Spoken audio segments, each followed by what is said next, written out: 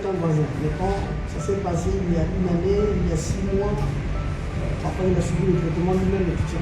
Et c'est toujours important de rechercher ces éléments. J'ai été frappé toute la nuit, ok, j'étais à l'hôpital, non, pourquoi? Il faut comprendre pourquoi la personne n'était pas là à l'hôpital. Et si la personne était là à l'hôpital, c'était l'hôpital. Vous pouvez arriver à l'hôpital pour voir le registre, consulter, est-ce que tel jour, monsieur était passé en consultation. Alors, donc on peut avoir les détails médicaux qui prouvent effectivement qu'il a eu un suivi de consultation. Allez toujours à la recherche des preuves factuelles. Ça peut être des preuves écrites, ça peut être des preuves orales. Quelqu'un qui, le boulot a fait peut-être un audio, il envoie déjà un message. Comme on a vu dans l'état pratique, on coupe la main, on va montrer la main. Si les gars avaient par exemple un téléphone, ils peuvent faire un enregistrement, nous vous envoyons un émissaire avec un message, etc.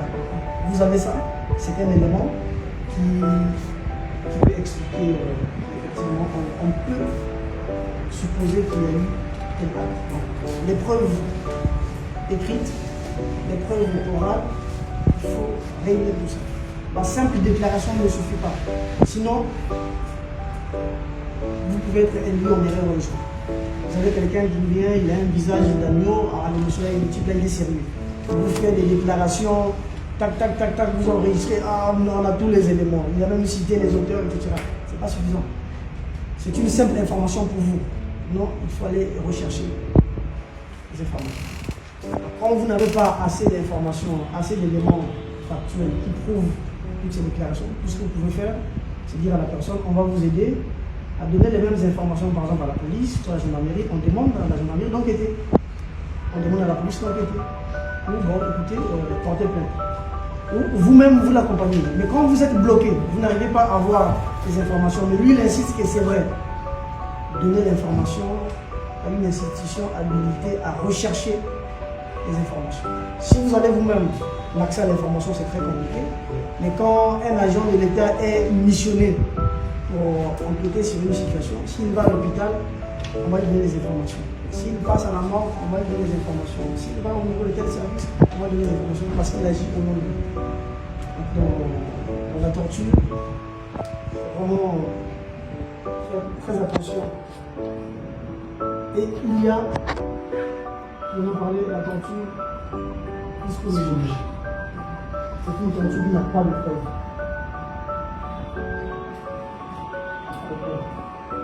La preuve, c'est celui qui a subi la torture physique, lui qui a apporté les preuves.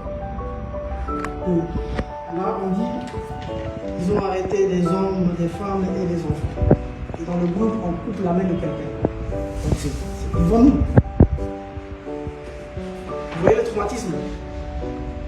Vous pouvez passer 2 ans, 3 ans, 10 ans, vous n'arrivez pas, c'est-à-dire que l'image est toujours, vous êtes traumatisé. Et comment vous pouvez expliquer ça? Il faut s'appuyer sur la victime directe, celui qui a subi la torture physique, pour expliquer que vous étiez là, et donc ça a eu un impact psychologique chez vous. La torture, ça se démontre. Ce n'est pas une simple déclaration. Pensez à ça. Qui a fait quoi, où, comment, quand, etc. C'est bon. Et après, les éléments qui viendront expliquer qu'effectivement, il y a eu ça. Et quand vous avez l'information, ça se passe tout de suite, emmenez quelqu'un de l'hôpital. Tout de suite, faites enregistrer la victime. Tout de suite, prenez des photos. Pendant qu'il est encore ensanglanté, où les plaies commencent à se cicatriser, prenez déjà des photos. Parce que après, s'il n'y a plus de traces sur le corps, ça devient un peu